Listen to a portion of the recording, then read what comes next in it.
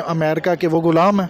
वो इंडिया कहाँ से गुलाम है अमेरिका? गुलाम है ना, इंडिया कर रहा है गुलामी उनकी, तो इंडिया तरक्की गुलामी नहीं कर उनके रहा। साथ। यहाँ पे मैं आपकी एडिशन करती हूँ बाद में। आप देख सकते हैं कि इंडिया अमेरिका ने जब यूक्रेन और रशिया की जंग हुई है, ठीक है, अभी तक उनका मसला नहीं हल हुआ। इंडिया अमेरिका यूक्रेन को सपोर्ट कर रहा है, इंडिया रशिया को सपोर्ट कर। क्या नाम है आपका? अली। क्या नाम है आपका? उस्मान रफ़ीक, एडवोकेट उस्मान रफ़ीक।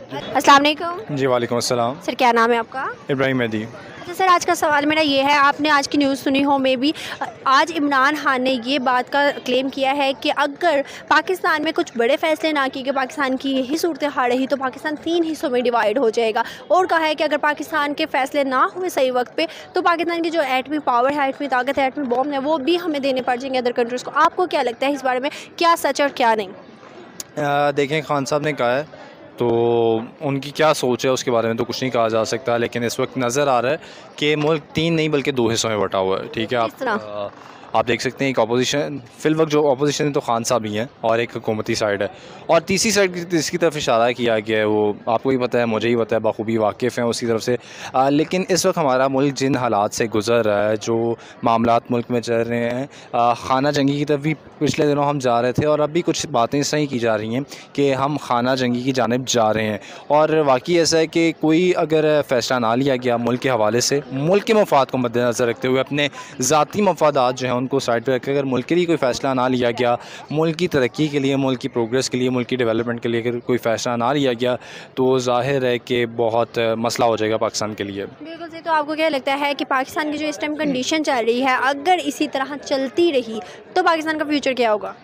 पाकिस्तान का फ्यूचर, एक एग्जांपल हमारे पास श्रीलंका की है।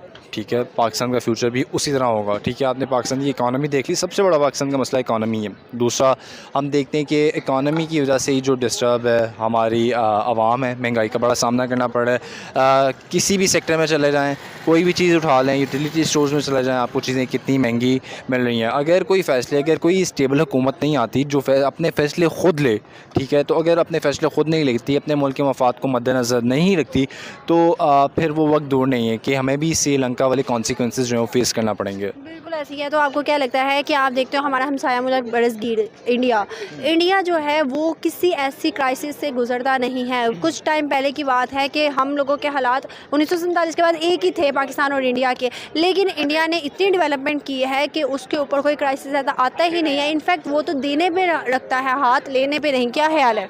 अच्छा, अगर इंडिया की बात करें तो इंडिया काफ़ी डिपार्टमेंट्स में जो है वो पाकिस्तान से आगे हैं। आईटी हब कहा जाता है इंडिया को। उसके अलावा इंडिया की स्पोर्ट्स देख लें, इंडिया की इकनॉमिक्स देख लें, तो इंडिया काफ़ी मामलात में जो है वो बेहतर है पाकिस्तान से। वो क्यों है? क्योंकि इंडियन अवाम जो है, इंडिया की अवाम जो है वो बेदार है। हम जो हैं हम ज़रा सोए रहते हैं। ठीक है, हमें होश थोड़ी देर से आती है, जब काम ख़राब हो जाता है तब हम ज़रा होश की नाहुन लेते हैं, और उस वक्त होश लेने का कोई फ़ायदा नहीं होता। इसमें बजाय कि हम हुक्मरानों को जो है वो टारगेट करें, पहले हम लोग क्या कर रहे हैं, हमारा क्या किरदार है इस मुल्क की तरक्की में, हम अपने आप को किस तरह सीधा करें, बजाय दूसरों को पॉइंट आउट करने के अपने अगर पॉइंट आउट पहले ही किया जाए तो मेरे ख़्याल से कुछ नहीं तो पाकिस्तान तरक्की की राह पर गामजन ज़रूर हो सकता है। या आप देखते हो कि पाकिस्तान में कोई भी इन्वेस्टर इन्वेस्ट नहीं करता, ट्रस्ट नहीं है, आता भी है, विजिट करता और चला जाता है, इन्वेस्ट नहीं करता। एज़ कम्पेयर टू इंडिया देखते हो, इंडिया जो है हर इन्वेस्टर से भरा पड़ा है। इन्वेस्टर वहाँ पे खुद इन्वेस्ट करने जाता है, अपने मुल्क में नरेंद्र मोदी को खुद विजिट के लिए बुलाता है। क्या लगता है कि क्या वजह है इंडिया में ऐसी?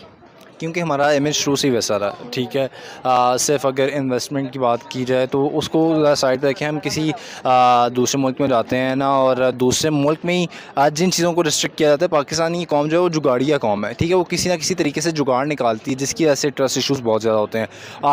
आपका मुल्क जो है वो लोगों से मिल के बना है, आवाम से मिल के बना है। जब आपकी आवाम ऐसी हरकतें करेगी तो मेरे ख़्याल से कोई दूसरा मुल्क भी आपको सीरियस नहीं लेगा, और हम खुद भी सीरियस होने को तैयार नहीं हैं। अच्छा, आखिरी मेरा आपसे सवाल ये है कि आपको क्या लगता है कि इंडिया जो है आगे किसी मुल्क को कम्पीट कर सकता है, बीट कर सकता है, या फिर उसके जो पावर्स हैं आप देखते हो कि वो टेक्नोलॉजी में बहुत ज़्यादा आ गया, क्या वो सुपर पावर बन सकता है? फ़िल वक्त तो नहीं। ठीक है, इंडिया को सुपर पावर बनने में बहुत ज़्यादा टाइम है। फ़िल वक्त अगर हम देखें तो सुपर पावर ऑब्वियसली अमेरिका, लेकिन दूसरे नंबर पे चाइना आता है। ठीक है, उसको कम्पीट करने में, अमेरिका को कम्पीट करने में बहुत वक्त लगेगा, क्या वो कर सकता है? लेकिन यस, जिस स्पीड से इंडिया जा रहा है तो कर सकता। बिल्कुल सही, बहुत अच्छा लगा बात करके, थैंक यू सो मच। जहाँ तक इमरान खान साहब की बात है तो इमरान खान साहब यही नहीं कि सिर्फ मेरे लीडर हैं या मैं उस पार्टी से लिंक्ड हूँ तो मैं उनके हक़ में नहीं। बेसिकली इमरान खान साहब की जो आज की स्टेटमेंट है मैं उससे एग्री करता हूँ। एग्री करने की वजूहत ये हैं जी कि इमरान खान एक विजनरी लीडर है जिसमें आज उनका विज़न भी नज़र आया है, ठीक है।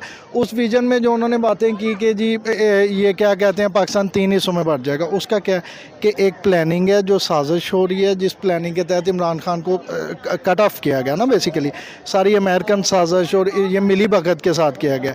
तो मैं इमरान खान की स्टेटमेंट से मुतफिक भी हूँ और मैं ये वेल विशिंग भी, और मैं चाहता हूँ कि वो आएँ और वो पाकिस्तान के लिए। आपको क्या लगता है अगर पाकिस्तान 3 हिस्सों में बढ़ जाता है तो पाकिस्तान क्या मतलब क्या कंडीशन होगी, क्या सिनेरियो नज़र आता है आपको आने वाले साल?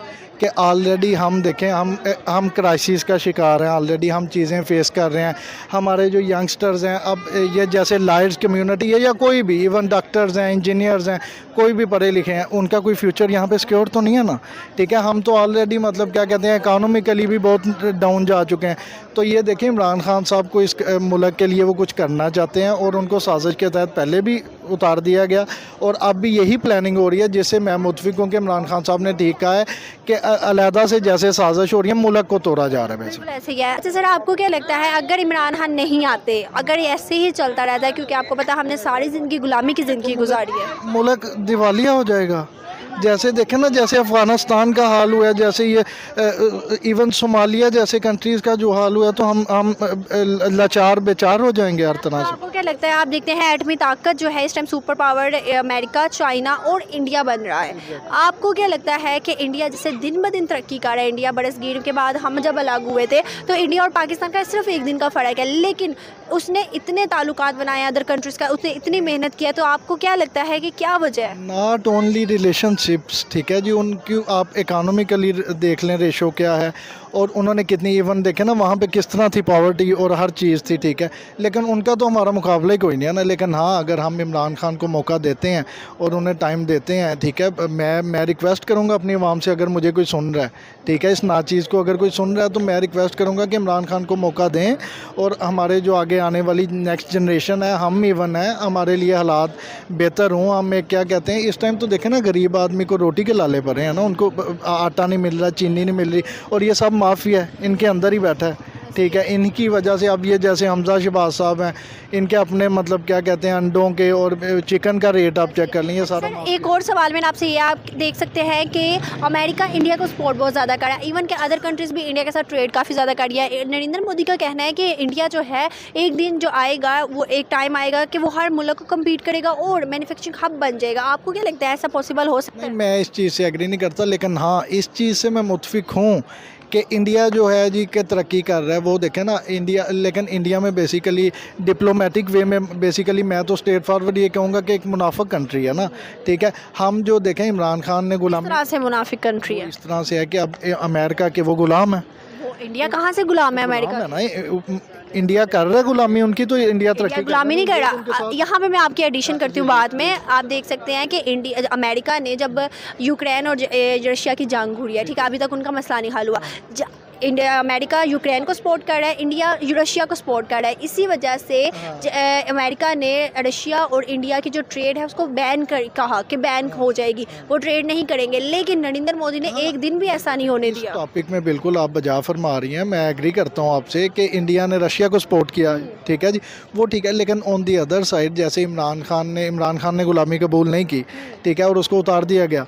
वो यही चाह रहे थे ना कि इमरान खान बेसिकली जो वो कहें, ठीक है, उनके मुताबिक क्या कहे जी, यस, मतलब हर चीज़ पे यस यस कीजिए। लेकिन इमरान खान ने गुलामी कबूल नहीं की, और on the other side as compare to Imran Khan, Narendra Modi वो तो देखे ना अमेरिका के कहा जाता है, आप देख सकते हैं कि इंडिया की जो फॉरेन पॉलिसी है वो आज़ाद है। इंडिया की फॉरेन पॉलिसी बहुत ज़्यादा हमारी फॉरेन पॉलिसी से बेहतर है। अभी हुई है ना।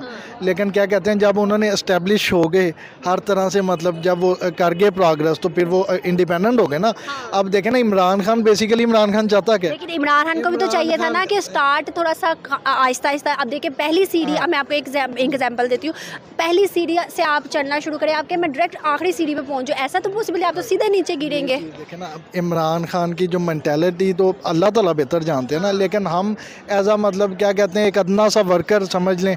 मैं जो समझता हूँ इमरान खान, देखें ना, इमरान खान तो यही चाहता था ना कि हम प्रोग्रेस करें फ्रॉम द फर्स्ट डे, लेकिन मुनाफकत इसे ही कहते हैं ना कि इंडिया ने प्रोग्रेस जब कर ली, जब वो अपने पैरों पे खड़े हो गए तो उन्होंने अमेरिका को सीधा उन्होंने हो गए। ऐसे, लेकिन आपको क्या लगता है इमरान खान को भी यही चाहिए था कि आहिस्ता आहिस्ता सफ़र करके ऊपर आते? समझते हैं जी कि मुल्क की हालात को बेहतर बनाने के लिए, मुल्क के मफाद में जो चीज़ें बेहतर हैं उसके लिए अगर इमरान खान को थोड़ा सा कंप्रोमाइज़ करना पड़ता है तो ही हैज़ टू डू। ठीक है जी। तो ये मेरी बेसिकली मेरी अपनी पर्सनल असेसमेंट या आप समझ लें स्टेटमेंट या व्यूज़ जो मैं आपसे शेयर कर चुका हूँ, मैं मेरे ही हैं बेसिकली। बिल्कुल ऐसे, बहुत अच्छा लगा बात करके, थैंक यू सो मच। समझता इस तरह के बयान देने चाहिए एज ए पाकिस्तानी। जो मर्जी आपका किसी पार्टी के साथ कॉन्फ्लिक्ट हो, राइट नो आप कह सकते हैं कि दो हिस्से तो ऑलरेडी हैं पाकिस्तान के, एक इस्टेब्लिशमेंट है और एक अवाम है, सिविलियंस जिनको वो कहते हैं, ब्लडी सिविलियंस आप कह सकते हैं, वो लोग कहते हैं, बल्कि मैं नहीं कह आपको क्या लगता है कि इसमें सच्चाई है या नहीं है? रहा। नहीं हो सकेगा कभी भी नहीं, देखिए इंशाल्लाह। पाकिस्तान की जो इस टाइम कंडीशन चल रही है, इस टाइम जो इकोनॉमिक कंडीशन है या पाकिस्तान की जो भी सूरत हाल सिनेरियो नज़र आ रहा है, आपको नहीं लगता पाकिस्तान में दवालिया पहले भी होने वाला था, आगे भी अगर ऐसा हो सकता है? देखें ये 70-80 साल से चलता आ रहा है, पाकिस्तान को बहुत ज़्यादा लोगों ने लूटा है, इसका कुछ नहीं हुआ। अल्लाह की तरफ से हम लोगों पे एक ख़ास रहम है जिसकी वजह से पाकिस्तान आज भी चल रहा है और हमेशा चलता रहेगा। इस तरह के लोग बहुत देर से लूटते आ रहे हैं। हाँ, हालात कोई ज़्यादा जो है ना फ्रेंडली नहीं रहे। अभी भी IMF ने कहा है कि आपको 270 तक का पेट्रोल बेचना पड़ेगा, मिफ्ता इस्माइल हमारे जो वज़ीर ख़ज़ाना उन्होंने कहा, लेकिन शटर बंद कभी भी नहीं होगा इंशाल्लाह। Long live Pakistan. आपको क्या लगता है कि as compare to other countries का मुआवजा हम कंपैरिजन करें अपने मुल्क के साथ, तो आपको क्या लगता है पाकिस्तान इतना पीछे है, अदर कंट्रीज इतनी आगे चल गए? इवन कि आप देख लो इसराइल को देख लो या फिर बांग्लादेश को देख लो, नॉर्मल मुल्क है, वो भी हमसे तरक्की कर गए हैं। अब बांग्लादेश की तो एग्जांपल हम लोग ले सकते हैं। इसराइल तो बहुत ही ज़्यादा इस्टेब्लिश कंट्री है, लेकिन ठीक है हमें नहीं पसंद वो। हम नहीं मुल्क मानते हैं, इसलिए तो एग्जांपल दिया, हम उसको मुल्क नहीं मानते, लेकिन वो फिर भी हमसे कितना ऊपर है। सब है, सब ऊपर है। मैं कह रहा हूँ कि नीचे कौन है? नीचे कोई नहीं ना, रास वाय श्रीलंका के।